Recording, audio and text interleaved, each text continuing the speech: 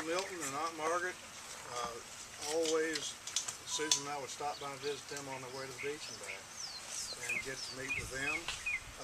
Milton was hilarious to be around. He would pick at you. He would make fun of you in the best kind of way.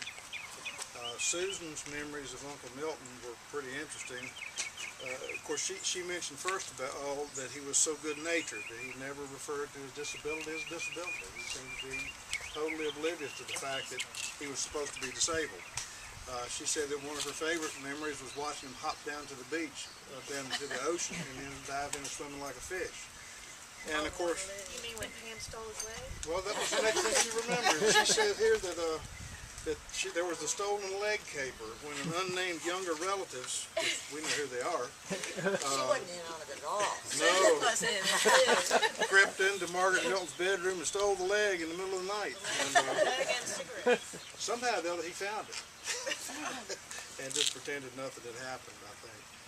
One part of the story is Margaret came downstairs. We were all around the table in the kitchen giggling. And she came down and she said, "Girls, Milton is having trouble pulling himself together this morning." We fell off our chairs laughing.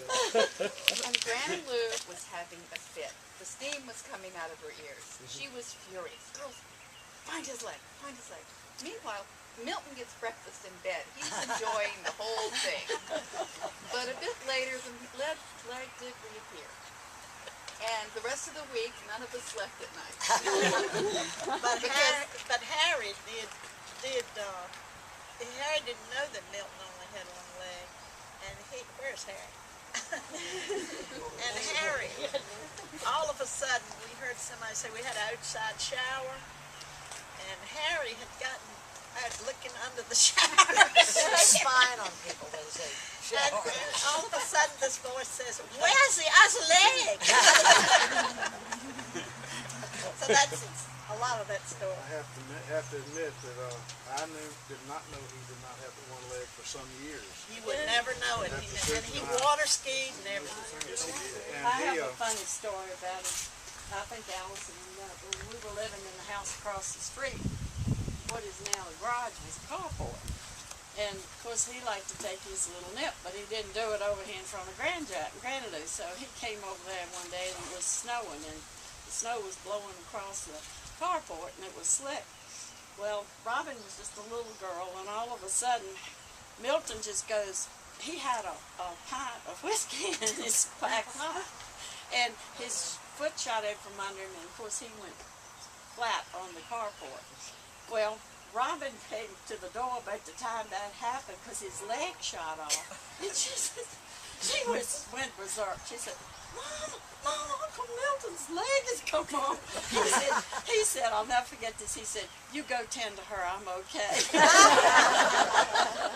I always think about Milton in that respect. It's just one of those stories that showed that disability doesn't have to be all concerned. I never heard that word growing up, disability. No. I mean, he got his first handicap parking sticker when he was after he retired from the city. And he went to work for that company. He was in his, I think, late 50s, early 60s.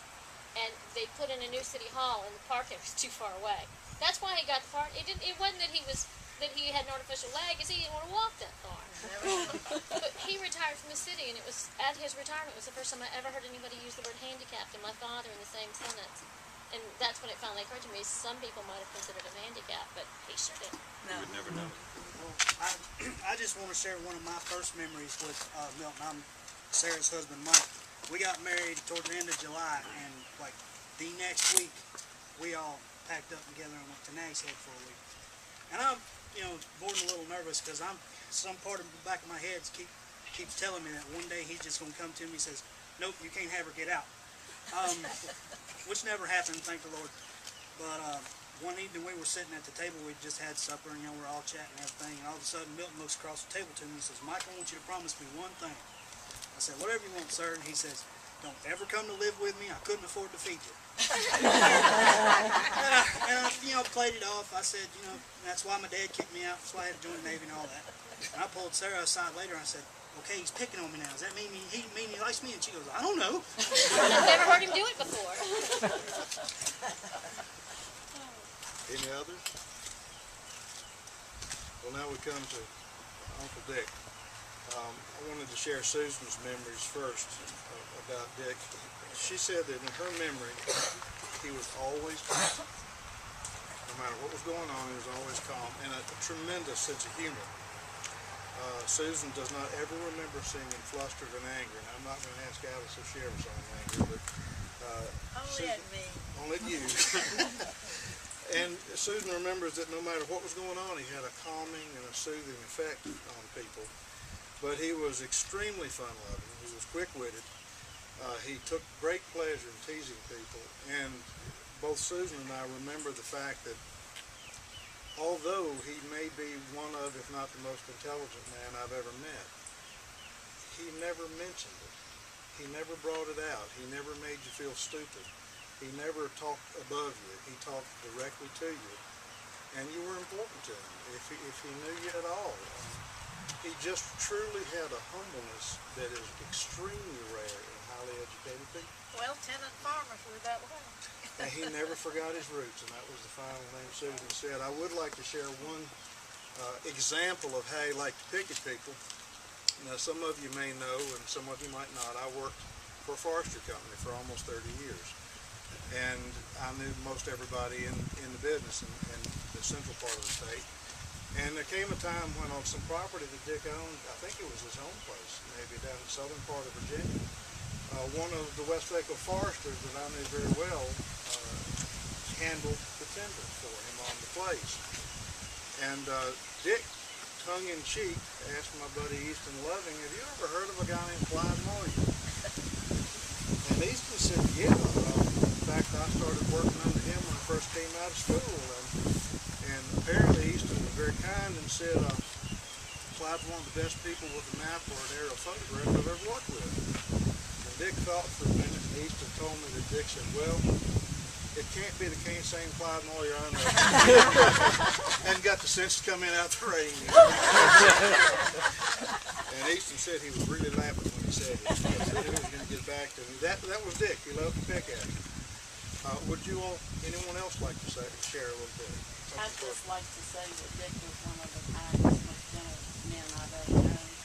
And when I was living over here in the cottage, Dick would never go to bed at night until I came in, so I felt like he was my caretaker. He wanted to see what was going on. I like that, but we didn't like it when we were young. Remembering, of course, Margaret.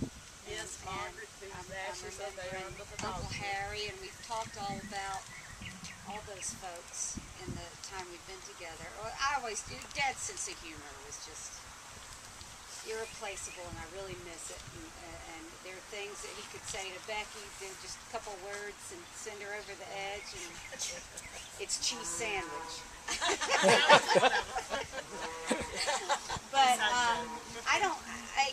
and I do. Those of you who get my Christmas letters, the past couple I've been writing about my dad, so I won't talk about it. But I also lost a dog a couple of weeks ago that I've had for 14 years. And a friend of mine sent me a book, and I wanted to read a couple things out of that. And Dad, I got my love of dogs from Dad. And he knew how special dogs are, and that lives on through me. I've got my newest edition down there. That's Nancy. But it's a couple of excerpts from this book, and it just says, I ask my family to remember me always, but not to grieve for me too long. In my life, I've tried to be a comfort to them in time of sorrow and a reason for added joy in their happiness. It is painful for me to think that even in death, I should cause them pain. Peace for me, at least, is certain. Peace and long rest for weary old heart and head and limbs, and eternal sleep in the earth I have loved so well. Whenever you visit my grave, say to yourselves, with regret but also with happiness in your hearts, at the remembrance of my long, happy life with you, and say, here lies one who loved us and whom we well love.